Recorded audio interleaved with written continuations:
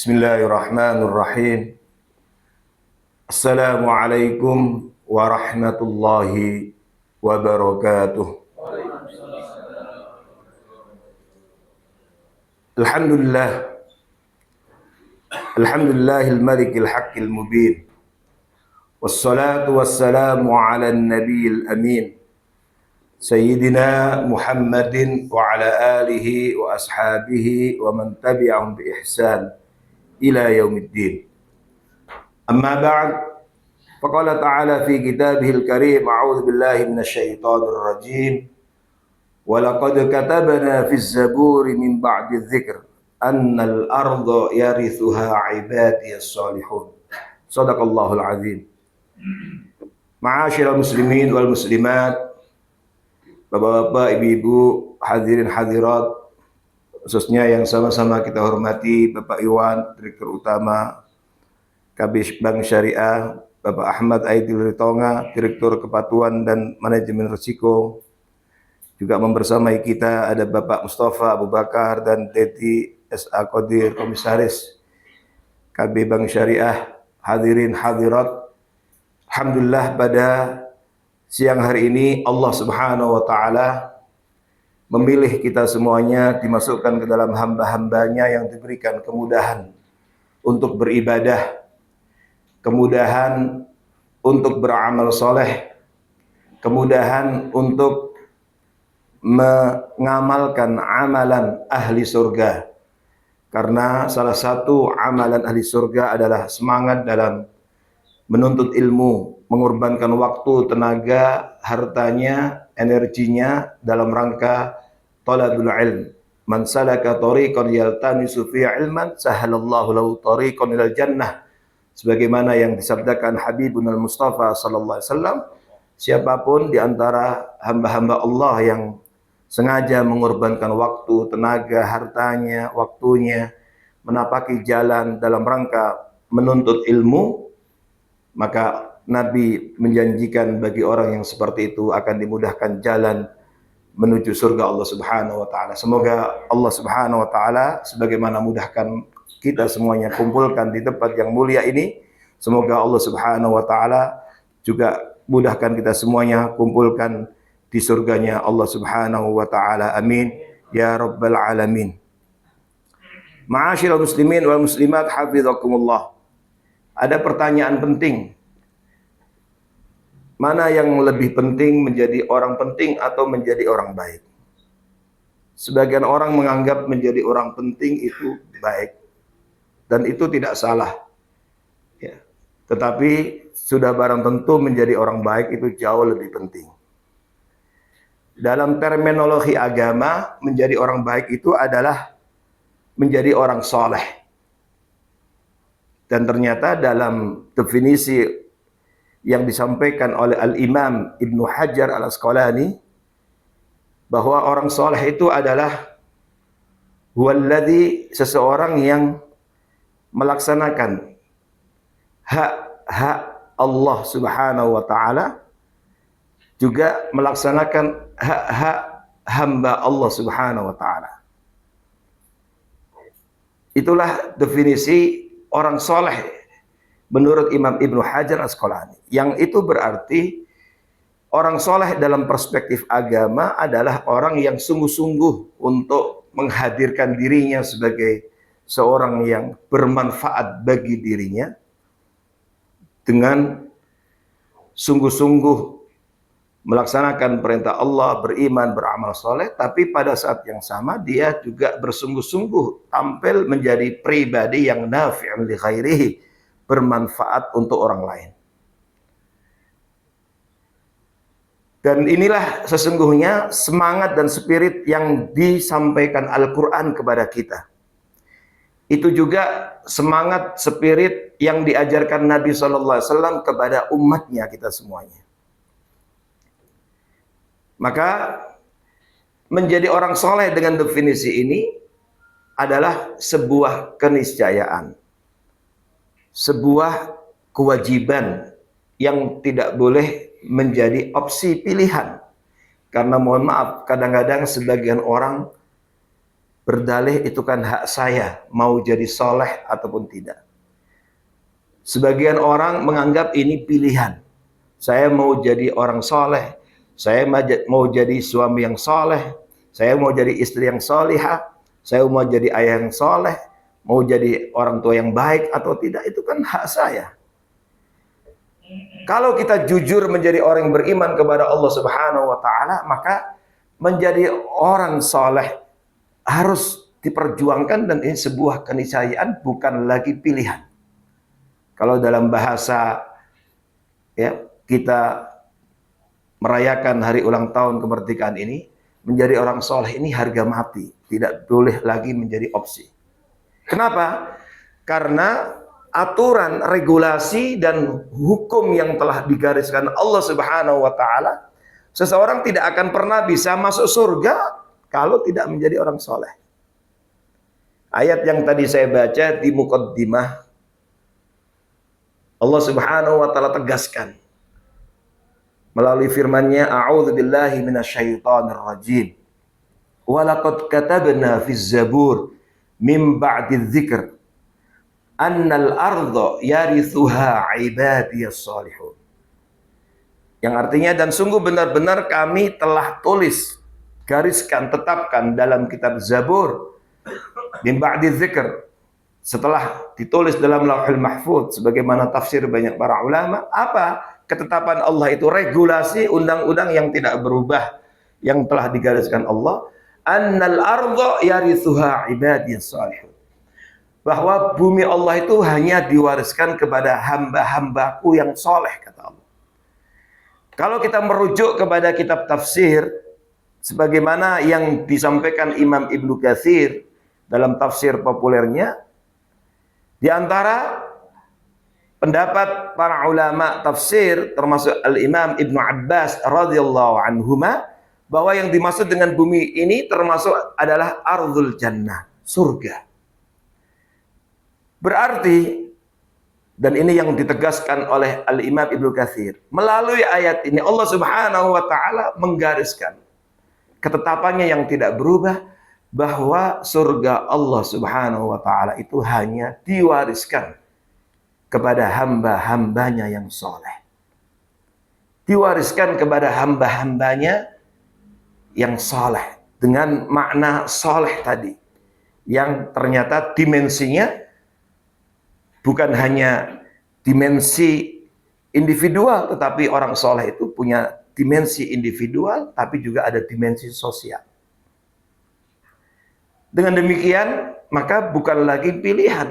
Memang salah satu kewajiban, tugas kita yang harus terus kita perjuangkan adalah menjadi pribadi yang soleh.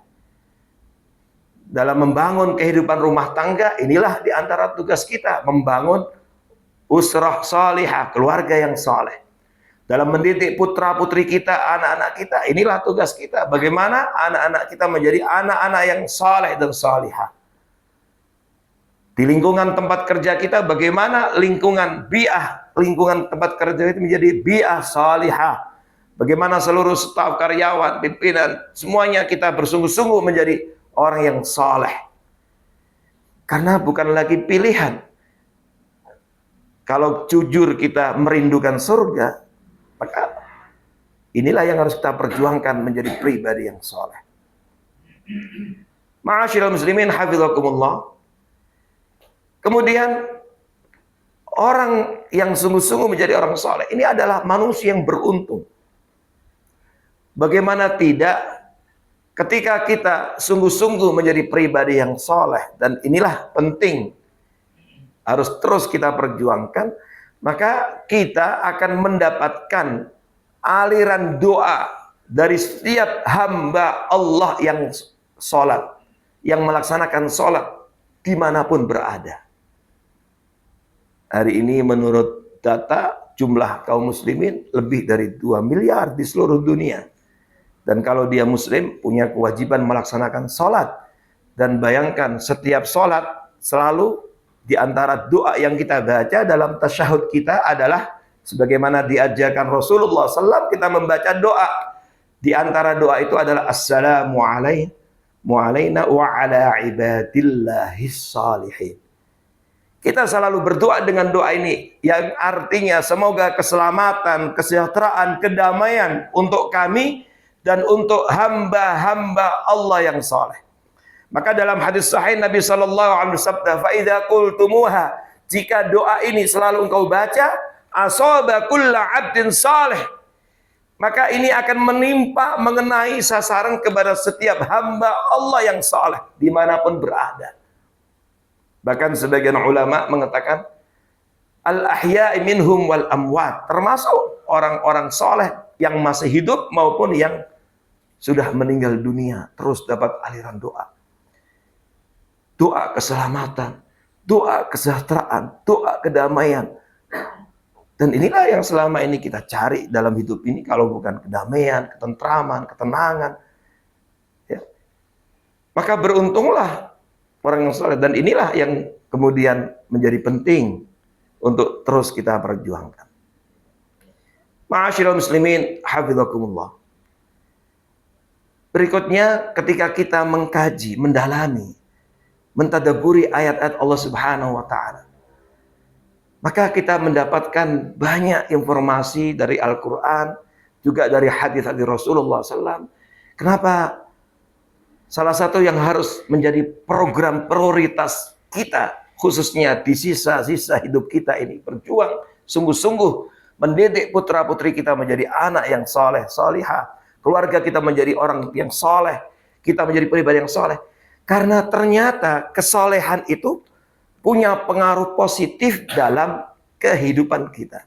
Kalau kita jujur, sungguh-sungguh mengorbankan waktu kita, tenaga kita, energi kita, mendidik putra-putri kita menjadi anak-anak yang soleh dan solihah, keluarga kita soleh, solihah, kita juga bersungguh-sungguh menjadi pribadi yang soleh, maka ternyata kesolehan ini memberikan nilai pengaruh positif dalam kehidupan dunia, tapi juga di akhirat. Di dalam Al-Quran Allah sampaikan bagaimana orang tua yang soleh itu ternyata memberi pengaruh positif bagi kehidupan anak-anaknya. Apakah studinya, apakah bisnisnya, apakah pekerjaannya, apakah rumah tangganya. Dan inilah yang juga harus menjadi renungan kita.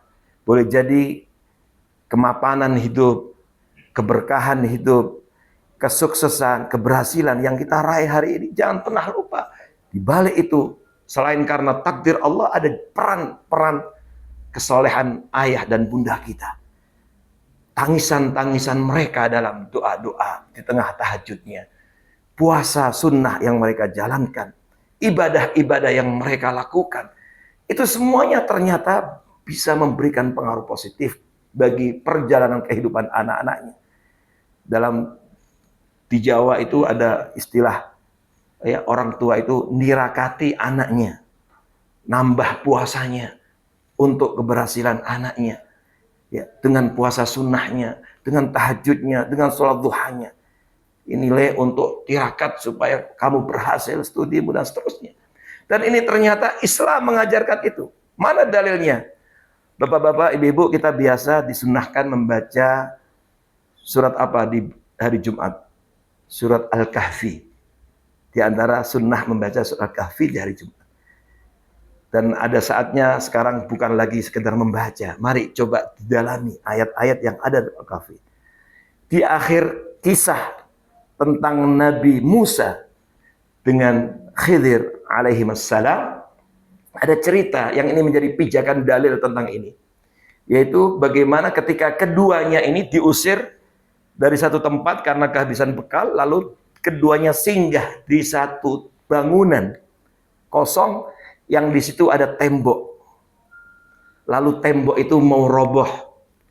Ketika tembok itu mau roboh, Nabi Khidir punya inisiatif untuk ditegakkan tembok yang mau roboh itu, lalu tegaklah tembok itu menjadi rapi kembali. Dikomentari oleh Nabi Musa dalam ayat itu, lawit takhatta alaihi ajra. Coba kalau seandainya engkau ambil upah dengan menegakkan, meluruskan tembok ini.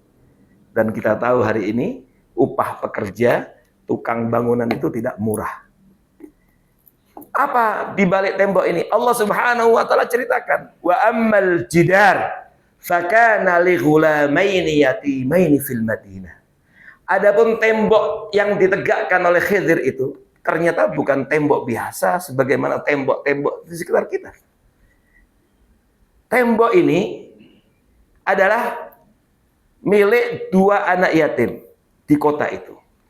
Ada apa dengan tembok ini? Apa istimewanya? Wa kana tahtahu kanzul lahuma. Di bawah tembok ini ada harta pusaka milik dua anak yatim ini, yang ditinggalkan oleh orang tuanya. Nah, inilah tradisi peradaban dulu. Belum ada bank seperti KB Bank Syariah ini, belum ada dulu. Orang tua dulu kalau ingin meninggalkan harta pusaka itu ditanam di tanah, lalu untuk menandainya dibangun tembok. Dulu belum ada tempat penitipan seperti itu, bank dan seterusnya, wadiah atau adil. Nah, Allah Subhanahu wa taala selamatkan kedua harta pusaka dua anak yatim ini. Kenapa? Melalui tangan Khidir. Ayatnya berbunyi, wa kana abuhuma sholihah. Rahasianya Allah selamatkan. Kita tahu sendiri, kalau tembok ini dibiarkan roboh, maka akan muncul kelihatan harta pusaka. Dan dulu harta pusaka itu kalau tidak dirham, emas atau perak. Bapak-bapak tahu sendiri, coba kalau ada tembok tiba-tiba roboh, lalu di bawahnya ada emas, bagaimana masyarakat ketika melihat emas? Akan jadi rebutan, jarah. Nah, apalagi ngelihat emas Jawa yang bobotnya berat-berat. Jadi rebutan. Maka Allah selamatkan emas, harta pusaka kedua anak yatim ini. Kenapa? Wa kana abuhuma sholihah.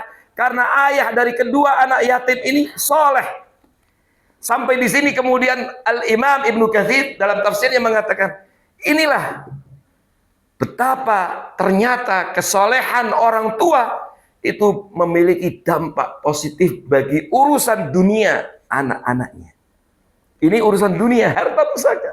Allah selamatkan. Bahkan di dalam tafsir Ibnu Katsir, kalau Bapak Ibu kaji, sampai ada pendapat di antara mereka, ini ternyata ayah yang ke-8, kakek yang ke-8. Bayangkan kalau kakek ke-8 soleh, itu pengaruh positifnya pada anak cucu keturunan sekian.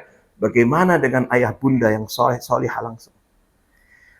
Maka untuk menerjemahkan ayat ini dalam kehidupan real nyata, ada seorang ulama namanya Sa'id Ibnul Musayyib rahimahullah. Boleh dibaca dengan Sa'id Ibnul Musayyib. Beliau ini presiden generasi tabi'in. Setiap generasi itu ada presidennya, ketuanya. Tabi'in itu generasi setelah sahabat. Sahabat lalu tabi'in. Sayyidut tabi'in, presiden, pemimpin generasi tabi'in, itu dikenal dengan nama Sa'id Ibn Musayyib. Ulama besar dari generasi tabi'in, bahkan tokoh dan presiden generasi tabi'in. Maka beliau praktekkan ayat ini, dipanggil anak-anaknya, dikumpulkan anaknya, dan kemudian dia sampaikan, ya bunai, ya baniya, wahai anak-anakku, la azidanna fi sholati. Ayah mulai hari ini dan seterusnya akan tambah tingkatkan ibadahku. Ayah akan tambah sholatku. Kalau selama ini barangkali hanya mencukupkan dengan sholat 5 waktu, tambah dengan sholat rawatibnya, sunnahnya. Karena pahala sholat sunnah 12 rakaat yang dikenal rawatib itu, kita sama saja dengan inden booking rumah istana di surga. Sebagaimana hadis Nabi, siapa yang sholat 12 rakaat sunnah tatawuan fi yaum wa lailah, banallahu lahu baitan fil jannah. 2 rakaat sebelum subuh, lalu 4 rakaat sebelum zuhur, 2 rakaat setelah zuhur, 2 rakaat setelah maghrib, 2 rakaat setelah isya. Yang menjaga sholat sunnah 12 ini, Allah akan bangunkan di surga. Allah akan tambah sholatku dengan tahajud, tambah dengan duha, tambah ibadahnya. Mungkin sebagian nambah dengan sunnah, sholat puasa sunnahnya, nambah sodakohnya. Untuk apa? Kata beliau kepada anaknya, roja'an ayyahfadha fika. Aku berharap wahai anak-anakku, dengan menambah ibadahku ini, meningkatkan kesolehanku, aku berharap itu berdampak baik. Allah menjagamu dari keburukan. Allah membuka jalan keberkahan usahamu. Allah membahagiakanmu. Bapak Ibu, saudara sekalian, kita nggak bisa memantau anak kita 24 jam. mau dipasang CCTV, kuliah di luar negeri, dipantau terus, nggak bisa. Salah satu cara untuk merawat, melindungi anak-anak kita dari keburukan, keberkahan hidupnya, diantaranya kita tingkatkan kesolehan kita. Inilah pengaruh positif. Ini di dunia. Bagaimana di akhirat? Di akhirat juga demikian. Pengaruh positif dari kesolehan orang tua, juga kesolehan putra-putri kita, bisa memberikan pengaruh yang baik bagi kehidupan dan derajatnya di surga Allah Subhanahu wa Ta'ala. Bapak Ibu Saudara sekalian, di antaranya ada sebuah hadis dari Rasulullah SAW bahwa ketika seseorang masuk surga, inna rajula, ketika dia seorang masuk surga, kata Nabi, ternyata begitu seorang masuk surga, itu dia padahal di surga sudah begitu banyak kenikmatan. Ternyata masih saja dia bertanya kepada Allah, ya Rabb. Dia bertanya tentang orang-orang terdekatnya. Kalau orang tua masuk surga duluan, nanya tentang anaknya. Kalau anak masuk surga, nanya orang tuanya. Aina abi? Mana ayahku? Mana ibuku? Mana adikku? Mana saudaraku? Bertanya tentang keluarga dekatnya. Ini dikomentari oleh sebagian ulama tafsir ketika menafsirkan ayat ini, khususnya ayat 21 surat Tur. Ini pertanda bahwa kesempurnaan masuk surga dengan begitu banyak kenikmatan yang ada di dalamnya terasa kurang sempurna sebelum memastikan orang-orang terdekatnya, keluarga terdekatnya ada di sana. Fayuqal, lalu disampaikan, dijawab, innahum lam yablughu darajataka. Oh, mereka orang-orang yang kau tanyakan itu belum sampai derajat situ. Maka dia semacam protes, ya Rabb, qad amiltu li walahum. Ya Allah, selama di dunia ini aku bekerja dengan sungguh-sungguh. Sebagian kita mungkin ada yang tinggal di Bekasi, ada yang tinggal di Cikarang, datang ke Jakarta, berangkat masih melihat bulan, nanti pulang kembali ke rumahnya melihat bulan kembali. Aku lakukan ini li walahum, untukku dan untuk keluargaku, anak-anakku, keluargaku, istriku, anakku, orang tua. Maka kemudian diperiksa. Ketika orang-orang yang ditanyakan tadi itu ternyata orang-orang soleh, beriman kepada Allah dan mati dalam keadaan beriman, fayulhaq bi'ilhaq, fayu'mar bi'ilhaqin, maka dalam hadis ini disebutkan, maka diperintahkan untuk dikumpulkan bareng bersama dengan keluarganya karena sama-sama soleh, sama-sama beriman kepada Allah dan mati dalam keadaan beriman. Maka ketika itu kemudian dibaca ayat 21 surah At-Tur, walladzina amanu wattaba'athum dzurriyyatuhum biimanin alhaqna bihim dzurriyyatahum wama alatnahum min 'amalin min syai' kullu imrin bima kasaba rahim. Dan orang-orang yang beriman dan kemudian menerjemahkan keimanan ini menjadi orang yang soleh, pribadi yang soleh. Wattaba'athum dzurriyyatuhum, lalu diikuti oleh anak cucu keluarga besarnya dalam keadaan soleh juga, beriman kepada Allah. Maka janji Allah, alhaqna bihim dzurriyyatahum, kami akan himpun mereka sehingga mereka kumpul bersama dengan keluarga besarnya karena sama-sama soleh. Wa ma alatna min amali min syai', dan kami tidak kurangi amal mereka sedikit pun. Kullum bima kasaba rahim, masing-masing terikat oleh amalnya. Akhirnya mereka bisa kumpul, reuni akbar, keluarga besar di surga karena selama hidupnya sama-sama serius membangun kesolehan bersama. Orang tua soleh, anak soleh, dan akhirnya dikumpulkan bersama oleh Allah Subhanahu wa Ta'ala surga.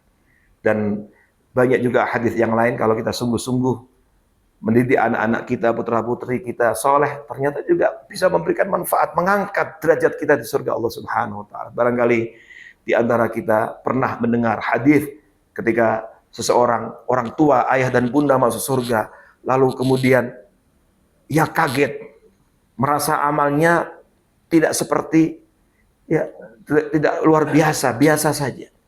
Maka dia bertanya, ya Rabb, anna li hadza, ya Allah, apa gerangan yang menjadikan aku dimuliakan, diangkat derajat seperti ini? Dijawab, bistighfari waladika laka. Ini adalah karena permohonan ampun anakmu untukmu. Dan itu tandanya anak yang soleh. Di hadis yang lain dari Imam Tabrani, dan ini juga sering kita mendengar bagaimana ketika kita punya anak-anak putra-putri yang soleh, solihah, hafidh, hafizah, penghafal Quran, Maka kedua orang tuanya dipakaikan libasul karamah, baju kemuliaan, tajul karamah, mahkota kemuliaan. Dan kemudian ia kaget karena merasa amalnya tidak luar biasa. Maka muncul pertanyaan yang sama di riwayat itu. Ya Rabb, anna lihat, apa gerangan yang menjadikan aku dimuliakan seperti ini? Lalu dijawab, bi akhdhi waladikum al-Quran. Ini karena perjuanganmu, harta yang kau belanjakan, waktu perhatian kau berikan, energi yang kau kerahkan untuk mendidik putra-putri menjadi penghafal Quran, hafidh-hafidhah, anak cucumu, keluargamu, sehingga pantas engkau dimuliakan seperti itu. Terakhir, Bapak Ibu Saudara sekalian, hafizakumullah. Kenapa di sisa-sisa hidup kita ini harus sungguh-sungguh kita perjuangkan menjadi pribadi yang soleh? Karena ternyata Al-Quran menceritakan salah satu penyesalan manusia ketika dicabut nyawanya oleh Allah menghadapi kematian, ternyata salah satu penyesalannya, kenapa dulu ketika di dunia, ketika masih ada kesempatan, dikasih beragam kenikmatan, tidak digunakan untuk menjadi pribadi yang soleh. Inilah yang disampaikan Allah Subhanahu wa ta'ala di dalam Al-Quran. Allah Subhanahu wa ta'ala menyampaikan kepada kita dengan firman-Nya, hatta idza jaa ahadahumul maut qala rabbirji'un.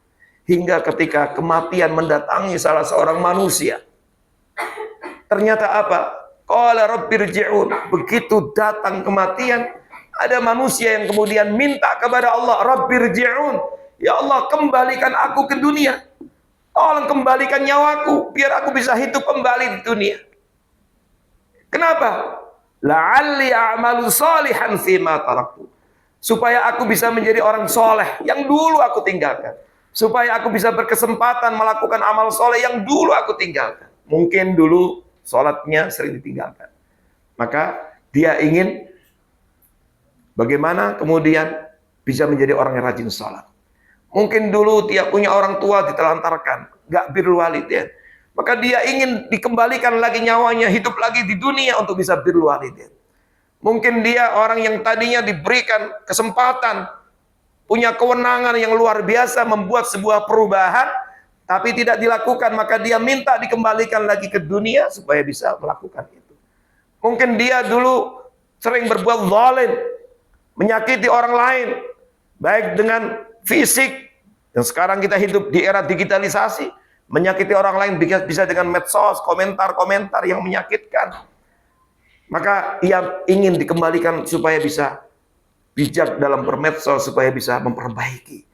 Mungkin dia dulu termasuk orang yang melakukan banyak kejahatan dalam hidupnya, ingin menjadi orang yang baik, dan seterusnya. Mungkin dulu ketika di dunia sering menzalimi pasangannya, istrinya atau suaminya, lalu ia ingin dikembalikan supaya bisa memperbaiki. Mungkin dulu pernah melakukan apapun yang negatif, larangan Allah dan seterusnya, maka ingin menjadi orang baik. La'alli a'malu sholihan.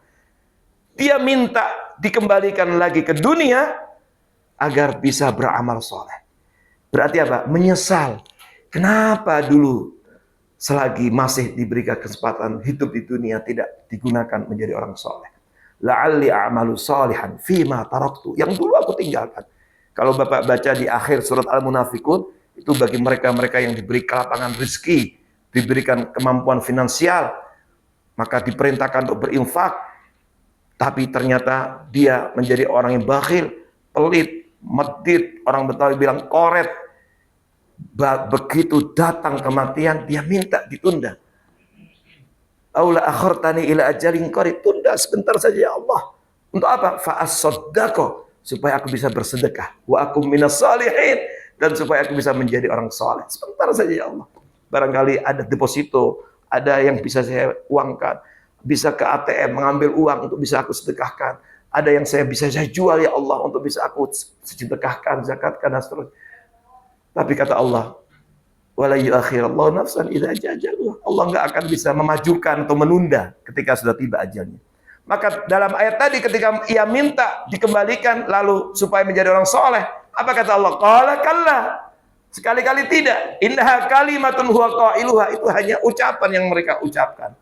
Permintaan. Tapi ketetapan Allah, hidup hanya sekali. Sesudah itu mati. Enggak ada lagi hidup kecuali di alam kubur lalu akhirat. wa min waraihim barzakhun ila yaumi yub'atsun. Di belakang mereka telah menunggu alam barzakh, kuburan. Dan manusia kemudian di kuburan itu menunggu ratusan tahun ila yaumi yub'atsun, sampai datang hari manusia dibangkitkan. Dan Bapak Ibu lihat kuburan, kita semuanya tahu berapa ukuran kuburan itu. Saya tidak pernah melihat kuburan 45 kali 45. Kuburan semuanya hampir sama, 2 kali 1. Tidak ada fasilitas-fasilitas wifi atau kemewahan. Semua ditinggalkan. Yang menerangi kuburan yang gelap itu adalah amal-amal kita. Yang membuat lapang kuburan itu adalah amal-amal kita. Wa min wara'i barzakhun ila yaumi yub'atsun. Inilah di antara penyesalan manusia yang ceritakan Allah, menyesal pada saat yang tidak ada gunanya menyesal.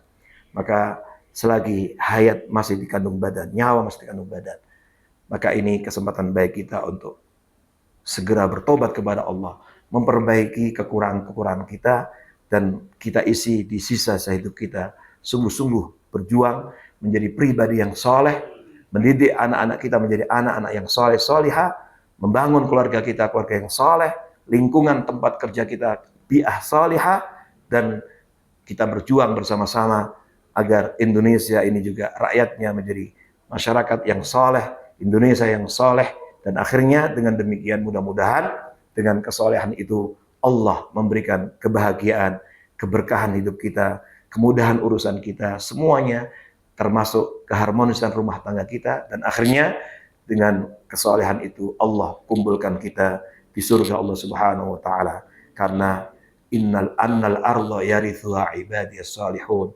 Bumi Allah termasuk surga Allah itu hanya akan diwariskan kepada orang-orang soleh. Nasallallahu Subhanahu wa taala, kita mohon kepada Allah semoga Allah Subhanahu wa taala mudahkan kita menjadi pribadi yang soleh.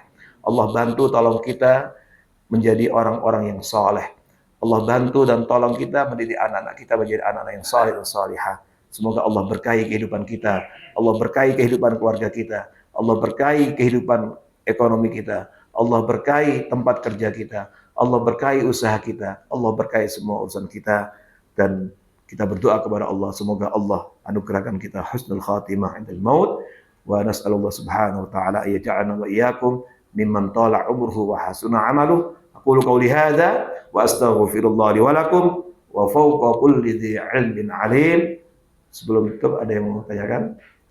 Kalau tidak ada, kita tutup akhiri.